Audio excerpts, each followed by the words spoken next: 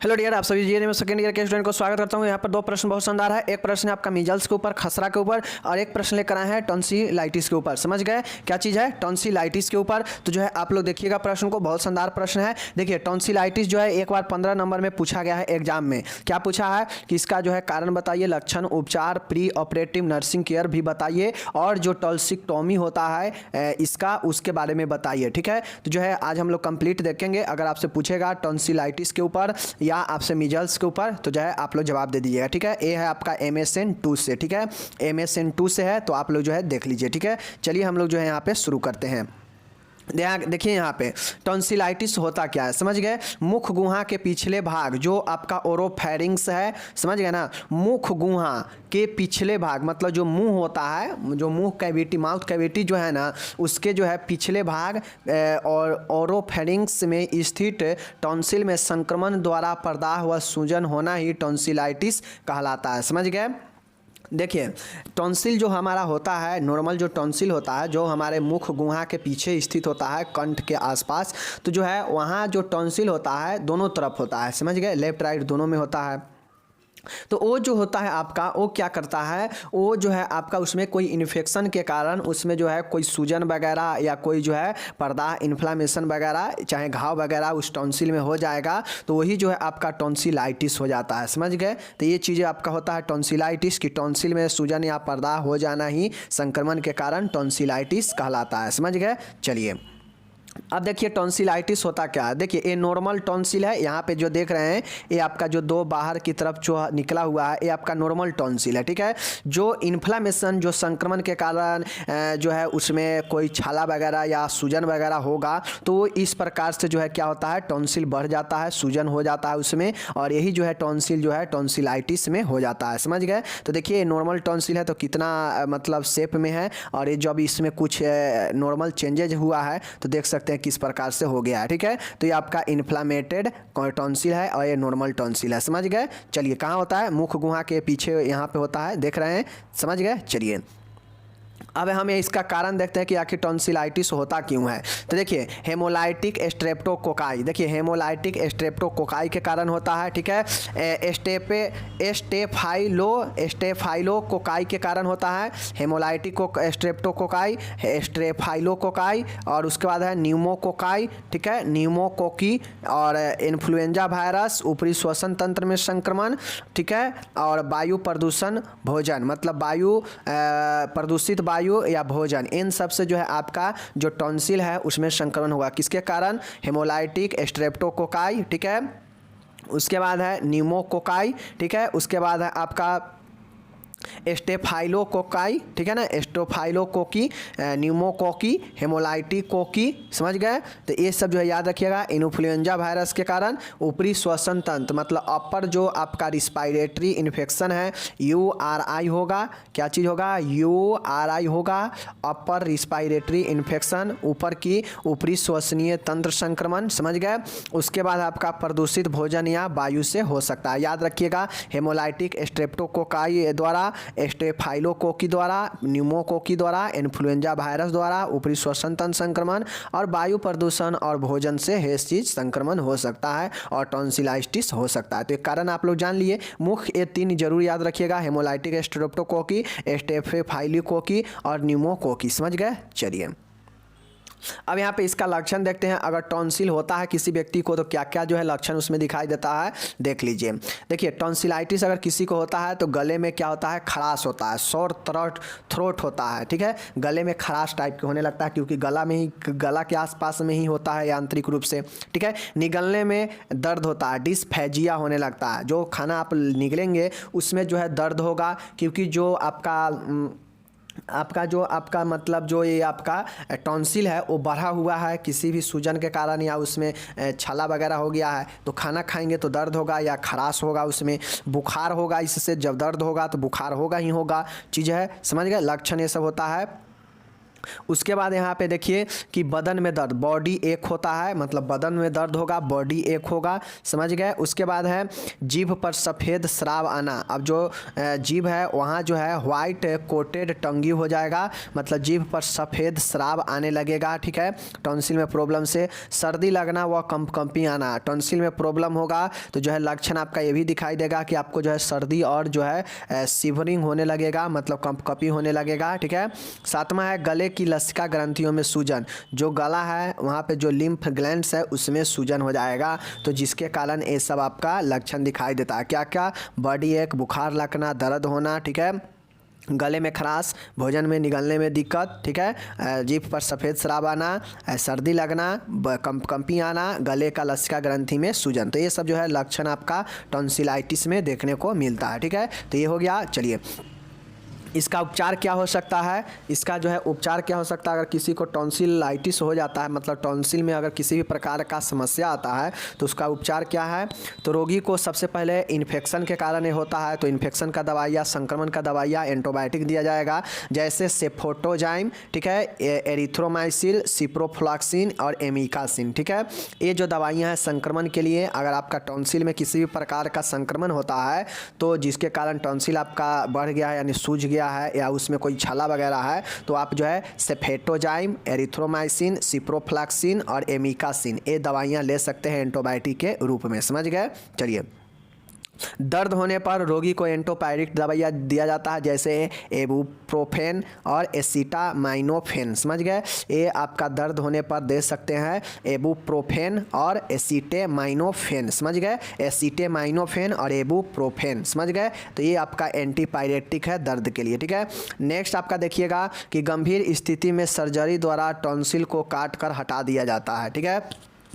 अगर बहुत ज़्यादा टॉन्सिल में समस्या हो गया है, टॉन्सिल आपका पूर्ण तरीक़ा से जो है ख़राब हो गया है, सूजन या छाला के कारण इन्फेक्शन हुआ है, तो जो है उस स्थिति में टॉन्सिल को जो है क्या किया जाता है? काट कर हटा दिया जाता है सर्जरी के द्वारा, और उससे जो है हम लोग क्या कहते हैं? टॉन्सिलोक्टोमी कहते हैं। क्या कहते हैं? टॉन्सिलेक्टोमी कहते हैं। टॉन्सिल में सर्जरी जो होता है उसे टॉन्सिलेक्टोमी कहते हैं, समझ गए। ये चीज़ समझ गए। उपचार इतना होगा, पहला एंटीबायोटिक का उपचार, उसके बाद दर्द का उपचार और उसके बाद सर्जरी होगा, सीवर मतलब जब ज़्यादा समस्या होगा तो, ठीक है। यहाँ पे देखिए लिखा हुआ है, इसे जो है टॉन्सिलेक्टोमी कहते हैं, समझ गए। यही सर्जरी टॉन्सिल के लिए होता है, ठीक है।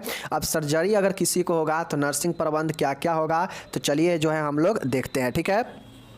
सर्जरी अगर किसी को होगा तो हम लोग पहले से जानते हैं कि सर्जरी किसी पेशेंट को होता है तो उसका 3 अवस्था में नर्सिंग देखभाल किया जाता है। एक प्री में, मतलब पहले सर्जरी से, एक सर्जरी के दौरान और एक सर्जरी के बाद, ठीक है। तो आपसे जो भी पूछेगा, दौरान पूछे या पहले पूछे या बाद पूछे, तो आप आराम से जो है लिख दीजिएगा, ठीक है। फिलहाल चलिए हम यहाँ पे प्री ऑपरेटिव नर्सिंग केयर देखते हैं, मतलब सर्जरी से पहले कैसे पेशेंट को तैयार किया जाएगा सर्जरी के लिए, ठीक है। देखिए रोगी व परिवारजनों से लिखित सहमति प्राप्त करें। रोगी से सर्जरी से पहले जो है क्या करना चाहिए? जब सर्जरी किसी पेशेंट का होने वाला हो तो उसका जो है क्या करेंगे? लिखित सहमति प्राप्त करेंगे, ठीक है। देखिए ये लगभग ये सब जो है ना सभी बीमारियों में जो है सेम होता है प्रोसेस, बाकी कुछ चीज़ें हैं जो कि अलग आप इसमें लिखते हैं, ठीक है। रोगी को सर्जरी के लाभ और जटिलता के बारे में बताना चाहिए, किसी भी सर्जरी में ये बताएंगे, ठीक है। उसके बाद है रोगी को सभी जैविक चिन्ह जाँचने चाहिए। सर्जरी से पहले जो है किसी भी सर्जरी से पहले रोगी का सभी जो है नैदानिक जांच होता है, सभी वाइटल साइन चेक करते हैं, ठीक है।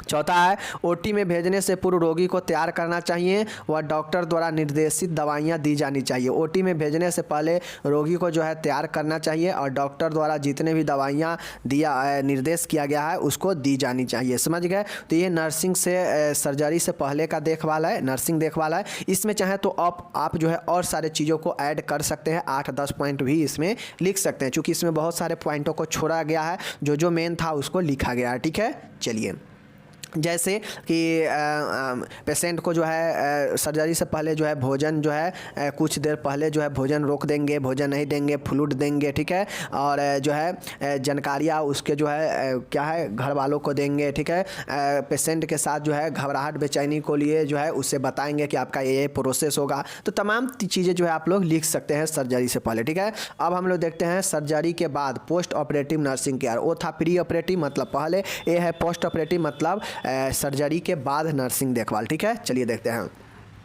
अब समझिए किसी पेशेंट का सर्जरी हो गया है तो जो है उसको कैसे देखभाल किया जाएगा। तो सबसे पहले है उसको सर्जरी वाले स्थान पर देखभाल किया जाएगा। वहाँ जो है आपका क्या चीज़ होगा कि जो भी शराब अगर आएगा फालतू का तो उससे साफ़ करते रहेंगे, ठीक है। अच्छे जो है पोजीशन पेशेंट को देंगे, आरामदायक स्थिति प्रदान करेंगे, शांत वातावरण में रखेंगे, तमाम चीज़ें जो है लिख सकते हैं, ठीक है।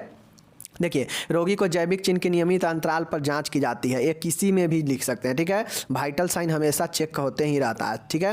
नेक्स्ट, ऑपरेशन के बाद रोगी को पार्श्विक लेटरल पोजीशन में लिटाना चाहिए ताकि स्राव व रक्त मुंह एवं नाक द्वारा बाहर निकल सके। देखिए लेटरल मतलब लेटा हुआ, समझ गए ना, करवट लेटा हुआ मतलब पार्श्विक स्थिति मतलब ऑपरेशन के बाद पेशेंट को जो है पार्श्विक स्थिति में लेटाना चाहिए, मतलब करवट में लेटाना चाहिए ताकि जो मुंह से उसका जो भी स्राव हो, सिक्रेशन हो, रक्त वगैरह या कोई भी झाग वगैरह, तो मुंह से बाहर निकल जाए, अंदर न जाए, ठीक है।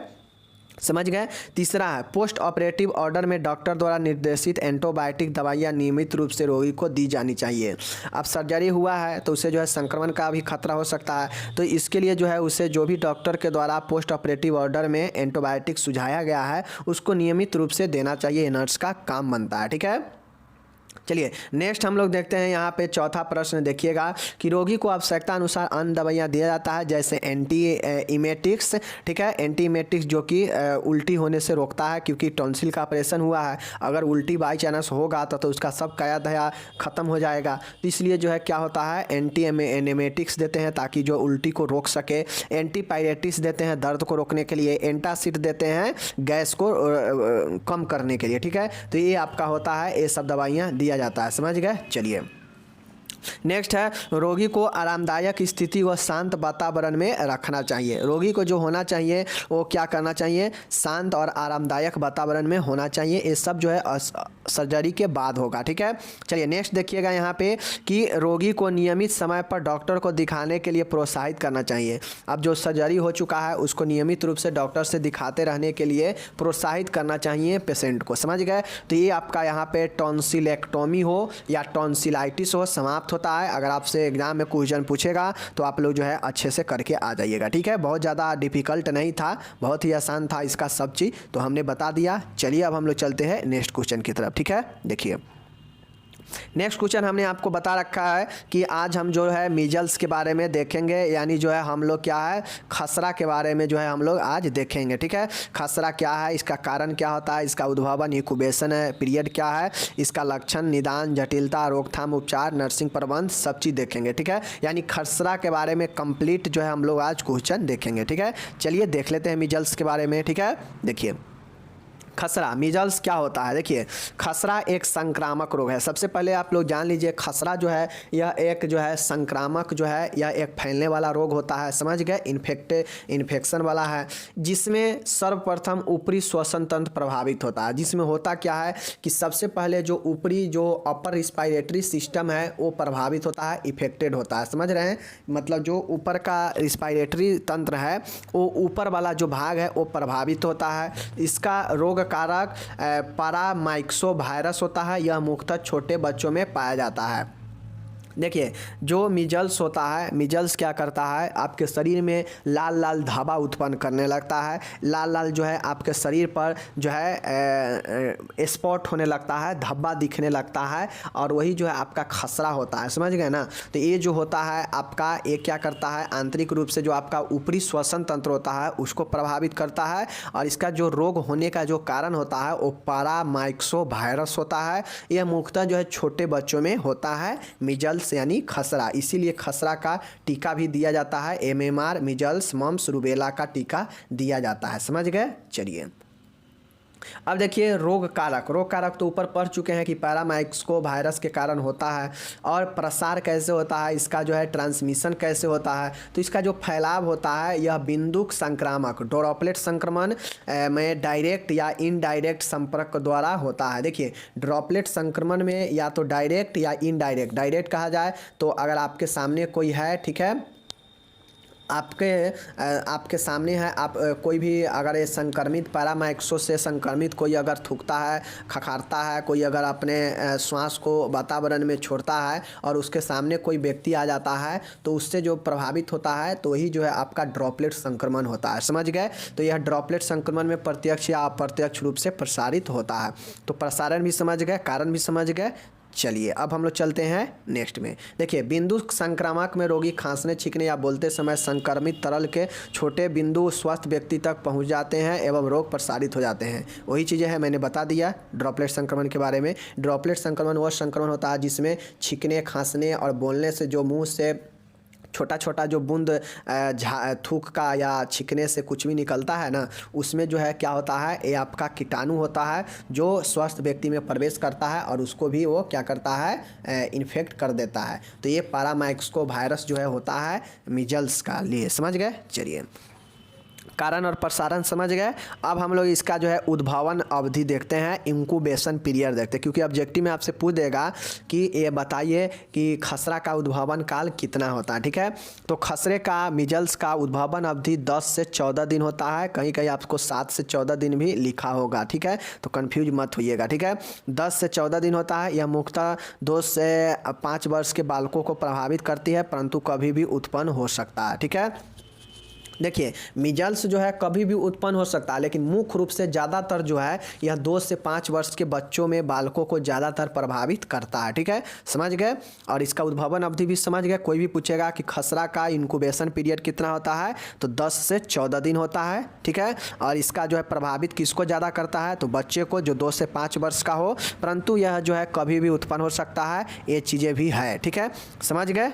चलिए अब यहाँ पे देखिए आप लोग कि मीजल्स होता कैसे, देख सकते हैं टुप्पा टिप्पा जो बुनका है ना, ये वाला बुनका जो है यही आपका मीजल्स होता है, जो कि आप अगर क्लियर पिक्चर में देखेंगे तो किसी भी बालक में जो है क्या होता है, मैं बता रहा हूँ, किसी भी बालक में जो है उसका जो है चेहरा पर लाल लाल धब्बा टाइप के, चकाता टाइप के जो है एक लाल लाल धावा टाइप के जो होता है ना, वही जो है आपका क्या होता है, वही जो है मतलब खसरा होता है। समझ गए? खसरा इफेक्ट क्या करता है, तो यह जो है आपको जो ऊपरी के जो रिस्पायरेशन होता है या ऊपर का जो श्वसन तंत्र है इसको प्रभावित करता है। समझ गए?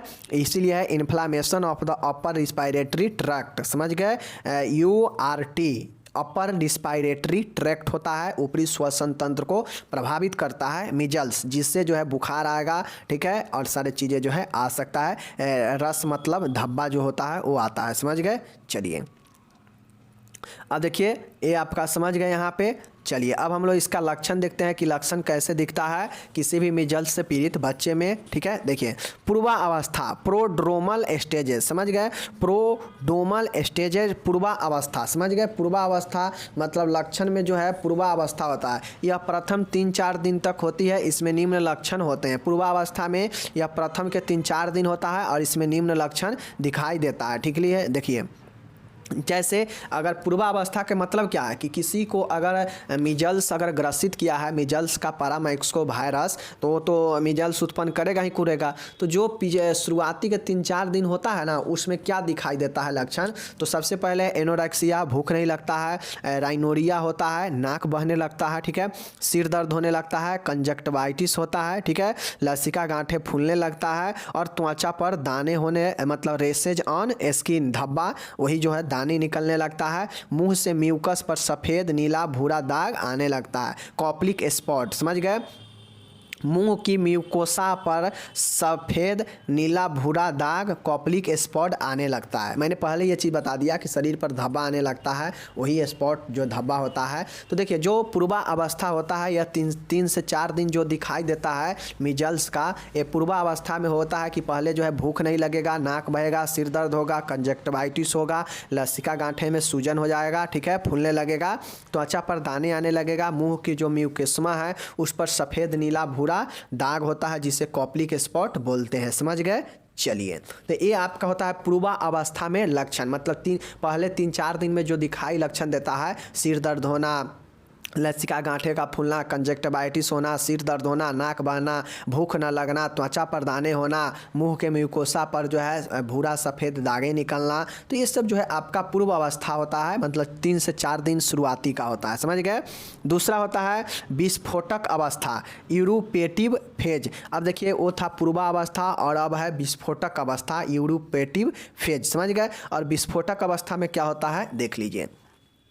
चकत्ते, चकत्ते मतलब रेसे, मैंने पहले ही बताया कि रेसेज जो होता है वो बड़े बड़े हो जाएगा विस्फोटक अवस्था में। तेज बुखार होने लगेगा, ठीक है। उसके बाद कान के पीछे लाल एवं फफोलेदार म्यूकल बनने लगता है, समझ गए, मतलब पपल्स होने लगता है, कान के पीछे लाल एवं फफोलेदार म्यूकल होने लगता है, समझ गए। तो जब दूसरा विस्फोटक होता है तो काफ़ी तेज़ बुखार आने लगता है, चकाता काफ़ी बड़ा बड़ा बहुत दूर में होने लगता है और कान के पीछे जो है फोड़ा फुंसी जो है होने लगता है, समझ गए। तो ये आपका होता है विस्फोटक अवस्था में, ठीक है। चलिए अब है यहाँ पे पूर्ण लाभ अवस्था, समझ गए। पोस्ट यूरोपेटिव फेज, पूर्ण लाभ अवस्था क्या है, चकत्ते ठीक होना। देखिए पहला ये जो लक्षण दिखाई देता है 3 अवस्था में, पहला था पूर्वावस्था जिसमें शुरुआती के 3-4 दिनों में दिखाई देगा कि जो है अगर खसरा हो रहा है तो क्या क्या दिखाई देगा, तो शुरुआती अवस्था उसको पूर्वावस्था कहते हैं। विस्फोटक अवस्था जिसमें जो पूर्वावस्था में था वो भयंकर हो जाएगा, जैसे चकाता भयंकर हो जाएगा, ठीक है, रेसेज। उसके बाद है तेज बुखार जो था वो काफ़ी तेज हो जाएगा और जो है कान के पीछे फफोले वगैरह हो जाता, ठीक है। लेकिन पूर्ण लाभ जो अवस्था है पोस्ट यूरोपेटिव जो फेज होता है, तो यहाँ पे जो है पूर्ण लाभ में चकत्ते ठीक होने लगता है, ठीक है, त्वचा साफ हो जाना, ठीक है, ये सब पूर्ण लाभ है, पूर्ण लाभ अवस्था है कि चकत्ते ठीक होना, त्वचा साफ हो जाना, तो ये जो है पूर्ण लाभ में आपका होता है, समझ गए। तो 3 फेज याद रखिएगा, मिजल्स का, खसरा का, पूर्वावस्था, विस्फोटक अवस्था और पूर्ण लाभ अवस्था, ठीक है। पूर्ण लाभ में कि जो त्वचा है साफ होने लगेगा और चकाता ठीक होने लगेगा, समझ गए। चलिए अब हम लोग यहाँ पे नेक्स्ट देखते हैं इसका निदान। निदान क्या क्या होगा, डायग्नोसिस देख लीजिए। शारीरिक परीक्षण होगा, मतलब फिजिकल एग्जामिनेशन होगा, लक्षणों की उपस्थिति की जांच होगी, समझ गए। शारीरिक परीक्षण होगा, बॉडी का एग्जामिनेशन होगा, लक्षणों की उपस्थिति की जांच की जाएगी, मतलब अगर तेज बुखार है, अगर धब्बा वगैरह है तो इन सभी लक्षणों का जो है जांच किया जाएगा। जो लिम्फ नोड्स है, लसिका जो ग्रंथि है उसमें गांठ बन रहा है तो उसका भी जाँच होगा और इन सभी लक्षणों का जाँच होता है, तो वही लाक्षणिक जाँचों होता है, समझ गए। उसके बाद है स्वेब कल्चर टेस्ट होता है, समझ गए, स्वेब कल्चर टेस्ट होता है, तो ये चीज़ समझ लीजिए, स्वेब कल्चर टेस्ट होता है। सीरम एंटीबॉडीज टेस्ट होता है, जो शरीर में एंटीबॉडीज है उसका टेस्ट होता है, समझ गए। और कॉप्लिक स्पॉट होता है, समझ गए, कॉप्लिक स्पॉट जो कि मिजल्स के लिए फेमस है, तो ये कॉप्लिक स्पॉट होता है। सीरम एंटीबॉडीज टेस्ट होता है, स्वेब कल्चर टेस्ट होता है, लक्षणों की उपस्थिति की जाँच और फिजिकल एग्जामिनेशन होता है, समझ गए। तो निदान में ये सब चीज़ को जो है स्वेब कल्चर को, सीरम एंटीबॉडीज टेस्ट और कॉप्लिक स्पॉट, ये 3 चीज़ जरूर लिखिएगा, समझ गए। चलिए अब इसका जटिलता क्या क्या होता है, अगर किसी को मिजल्स होता है, खसरा होता है, तो उसमें जो है क्या क्या जो है और ज़्यादा प्रॉब्लम दिखाई दे सकता है, जटिलता दिखाई दे सकता है, इसको देख लेते हैं। पहला है श्वसन मार्ग में संक्रमण, रिस्पायरेटरी ट्रैक्ट इन्फेक्शन, RTI। हम लोग ऊपर देखे हैं कि हम लोग ऊपर क्या देखें कि ऊपरी श्वसन मार्ग में संक्रमण होना, ठीक है।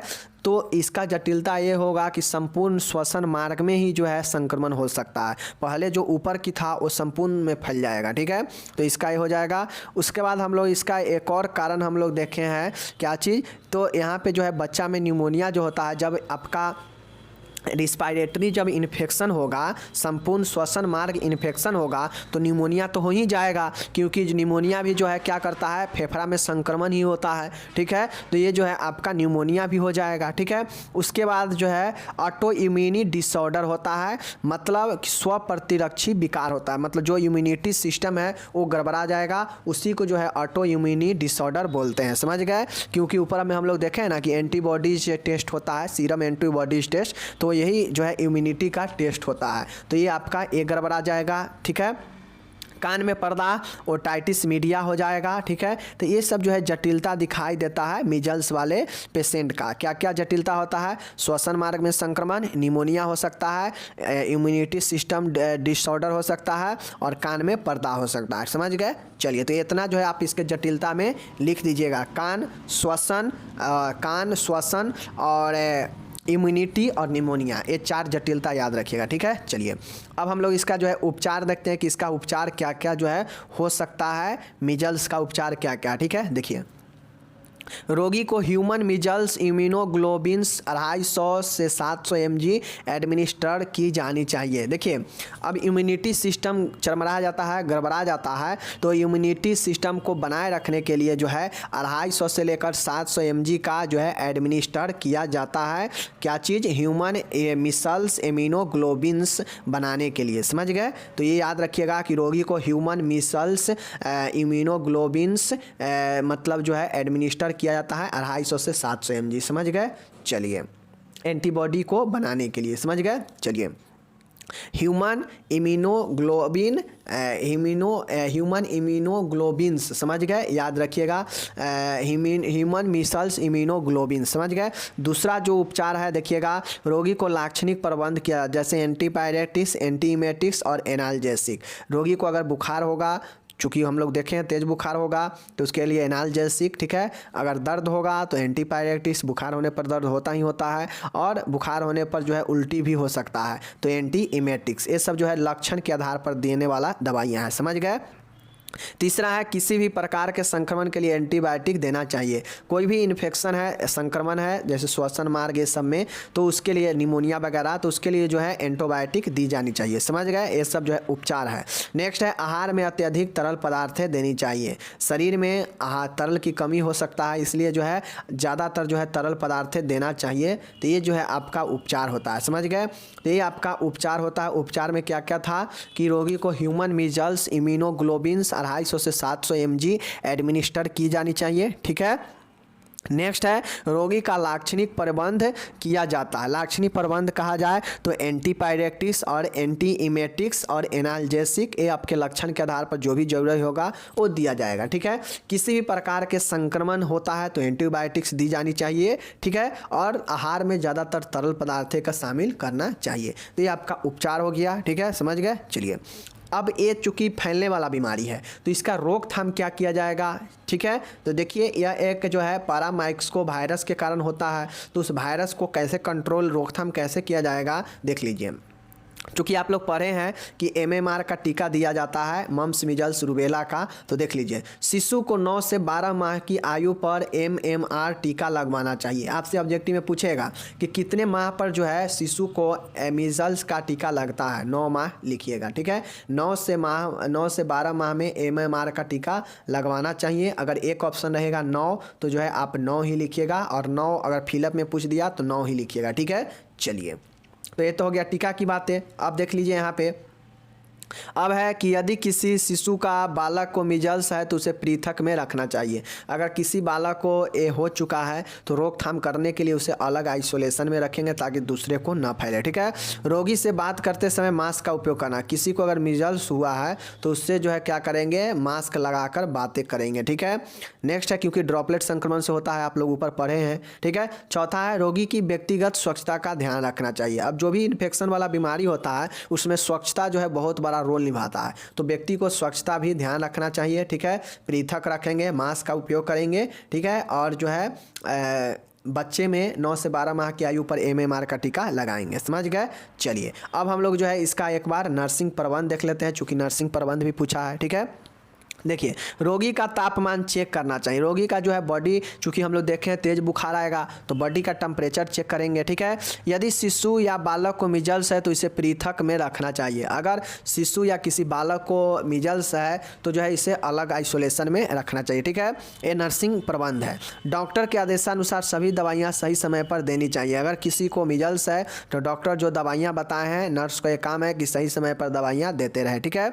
नेक्स्ट है, मुँह की देखभाल के लिए एंटीसेप्टिक सोल्यूशन का इस्तेमाल करना चाहिए। मुंह में अगर किसी भी प्रकार का प्रॉब्लम है तो जो है उससे जो है क्या करेंगे, एंटीसेप्टिक सोल्यूशन का इस्तेमाल करेंगे देखभाल करने के लिए। ठीक है, नेक्स्ट देखिए और आखिरी पॉइंट है, रोगी को आरामदायक स्थिति प्रदान करना चाहिए। तो ये आपका होता है नर्सिंग प्रबंध। नर्सिंग प्रबंध में ये भी लिख सकते हैं कि पेशेंट को ज़्यादातर तरल पदार्थ देना चाहिए और अच्छा भोजन लेने का सलाह देना चाहिए या देना चाहिए। ठीक है, तो इन तमाम चीज़ों को आप लिख सकते हैं। दर्द होने पर जो है एनाल्जेसिक देंगे, तो ये सब नर्स का काम होता है। ठीक है, तो बाकी जो है बहुत आसान भी था और आसान से बता भी दिए। बाकी ये दोनों प्रश्न बहुत ज़्यादा इंपॉर्टेंट है, चाहे वो टॉन्सिलाइटिस था या आपका ये मीजल्स था। ठीक है, बाकी हम लोग मिलते हैं अगले वीडियो में। तो चलिए धन्यवाद, आप लोग शेयर कीजिए, सब्सक्राइब कीजिए और आपको PDF के लिए डिस्क्रिप्शन में लिंक मिल जाएगा, वहाँ से PDF डाउन